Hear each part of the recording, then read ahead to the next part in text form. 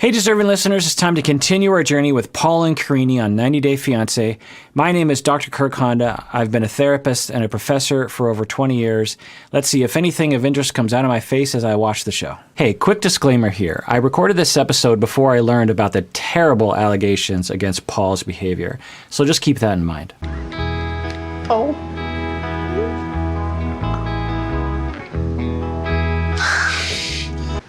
After the tests.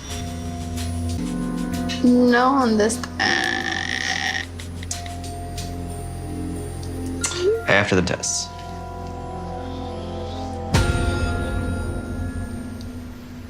Okay. Okay? Okay. Okay. Okay. Ok. Me deixa triste porque ele não confia em mim. Right. So what I think was an ineffective way of him communicating to her about the tests, she has walked away from these messages of, I want you to take a test. She feels like he doesn't trust her. She feels that he is making an accusation about her trustworthiness, about her, promiscuousness. And maybe it is. Maybe it was unclear from the way he communicated it, what exactly he was saying. There's a big difference between saying, I think you're promiscuous, or I'm gonna intimate that you are promiscuous and untrustworthy, and I need you to take a test before I have sex with you. There's a big difference between that and saying, I have worries, and this is in no way an accusation on you. You have been more than honest with me. You've been a wonderful person. I have this anxiety, and for me to feel comfortable, I would like you to take this test. You don't have to take the test if you don't want to, but it would just make me feel easier, more at ease because of things that have happened to me in my past. And people can get STIs without having sex sometimes, and I'm just very careful. I'm just very afraid of getting infected with things. And so you could really help me out by doing this. There's a big difference between those two messages, right? I'm not sure which one he was actually intending on saying, and the way he communicated it, there was enough ambiguity where she walked away feeling like it was some sort of accusation on her trustworthiness and her promiscuity, which, isn't fair to her at all. Mas é importante a gente levar a relação para outro nível e ficarmos mais íntimos.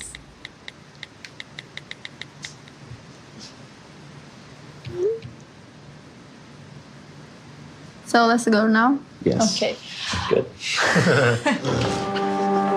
You're magically picking up English faster and faster. My past has been riddled with nightmare relationships, and I'm really trying to find somebody that I can trust. So getting these test results is a huge step in knowing our relationship is genuine. Now, as I've been saying in previous episodes, if her test comes back negative, that doesn't mean that she's a trustworthy person. It doesn't mean that she hasn't had sex with other people. She just might have either avoided STIs through protection, or just randomly didn't get an STI, or had an STI and got treated and no longer has the STI. So putting all of your hopes and dreams on the STI test is not advisable, really. He said that he's been burned in the past. At least one relationship, sounds like more than one, where he's been cheated on, and it really hurt him. And it is very hurtful to be cheated on. And of course, you're going to worry about it. And of course, you're going to try to figure out how to not let that happen again. But how are we oriented in terms of our solutions? Do we try to find technology to help us? And he seems to be kind of oriented that way. He was really worried about going to Brazil. He was really worried about traveling outside the United States, which he had never done before. He was really worried about not being prepared. And so you see him lugging around several pounds of, a couple hundred pounds of gear with him to protect him from whatever Brazil is going to do to him. And there's nothing wrong with that. It just means that's how you're oriented. And I wonder if Paul is oriented that way. When he has a normal anxiety about being cheated on and hurt and rejected, I wonder if he puts all of his solution energy into technology, laboratory tests, as a way of alleviating that anxiety, instead of perhaps also using, you could certainly use this solution, but there are other solutions as well. And as I've been saying up until this point, one of the solutions is just to say, I just don't know this person that well. There's no way to know this person that well because we just met. And they could have cheated on me in the past, after we started dating online. They could be cheating on me right now behind my back. I can't read Portuguese. Maybe she's texting with other boyfriends that she has. I just don't know. There's no way to know. And that's part of the magic of love, is there's so much uncertainty. And when it works out, it feels so great. If everything was certain and you knew the future and you could read people's minds, then all the magic of love would be gone, right? At least that's one way of looking at it.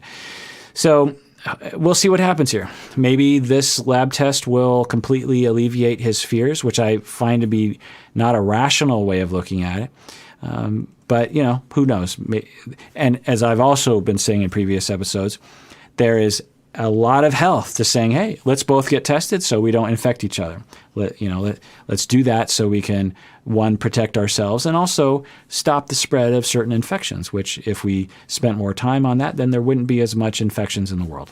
I'm definitely falling in love with Karine, so I'm hoping I don't get any surprises.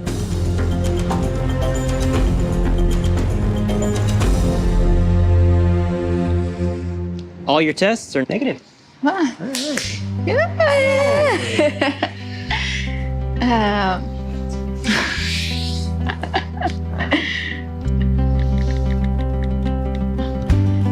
Dá vontade de dar na tua cara por causa dessa desconfiança. Face test.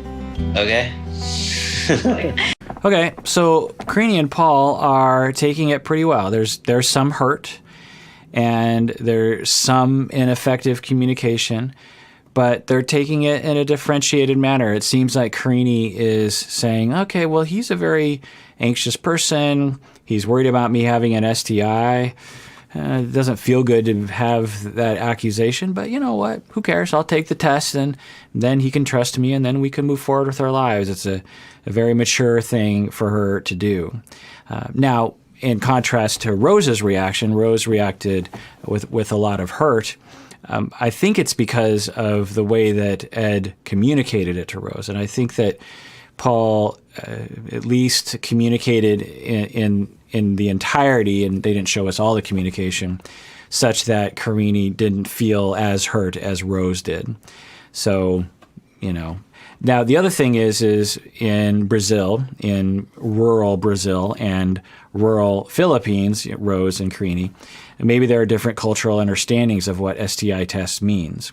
Different places around the world, it means a different thing. Like in Seattle, for example, Seattle tends to be fairly progressive and fairly technology-oriented.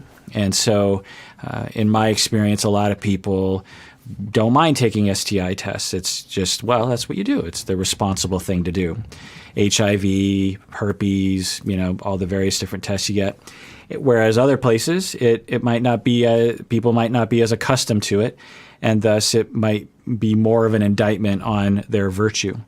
So who knows? But I will commend the two of them for navigating their first tense moment very, very well. Hey, you want to hit me?